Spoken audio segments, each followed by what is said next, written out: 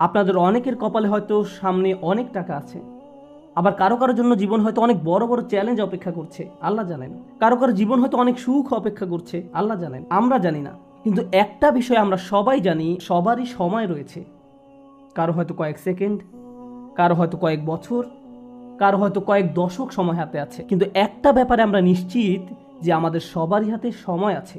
শয়তান যখন আপনাকে সম্মুখ ভাগ থেকে আক্রমণ করে,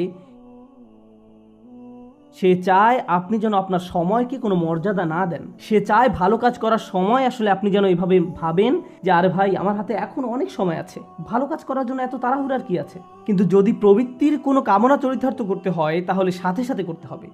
প্রতিবার নামাজের সময় আপনার সাথে ঠিক এমনটাই ঘটে। জোহরের সময় যখন আসে, মসজিদ থেকে আজানের শব্দ ভেসে আসে, আপনার ঘড়ির অ্যালার্ম বেজে ওঠে, মোবাইলের অ্যাপ থেকে আজানের শব্দ শোনা যায়, আপনি তখন কি করেন? পজ বাটন টাচ করেন, নিজেকে এভাবে বলেন, মাত্র তো আজান দিল, নামাজের এখনো অনেক বাকি আছে। আর ভিডিও গেম খেলতে হলে এখনই, সিনেমা নাটক দেখতে হলে এখনই, কিন্তু নামাজ পড়তে হলে সময় বাকি আছে, এখনো অনেক সময় বাকি আছে। ভার্সিটিতে ক্লাসের ফাঁকে যদি আপনি কিছুটা সময় পেয়ে থাকেন, ব্যাগে কোরআন আছে, তখন ইচ্ছা করলে ব্যাগ খুলে কোরআন পড়তে পারেন। পরে, এখন না, আমি তো পড়বো কিন্তু এখন না। কিন্তু যে কোনো তুচ্ছ, অর্থহীন, বাজে কাজ ফেসবুক বা ইনস্টাগ্রামে স্ক্রল করতে করতে কখন যে 30-40 মিনিট পার করে দেন টেরই পান না। এমনকি ক্লাসের জন্য কখনো কখনো দেরি হয়ে যায়।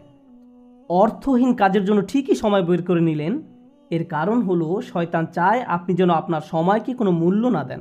সে চায় আপনি যেন আপনার মূল্যবান সময়কে অর্থহীন কাজে ব্যয় করে নষ্ট করে ফেলেন। এভাবে আপনার সময় নষ্ট করার মাধ্যমে সে আপনার ভবিষ্যৎ ধ্বংস করে দেয়। তারপর যখন জীবনের একটা পর্যায়ে এসে পেছনে ফিরে দেখেন, তখন ভাবেন, ভাই, আমি জীবনে কত সময় যে অযথা কাজে ব্যয় করে নষ্ট করেছি। এরপর জীবন নিয়ে হতাশ হয়ে পড়েন। এই খেলাটাই শয়তান আমাদের সাথে খেলে।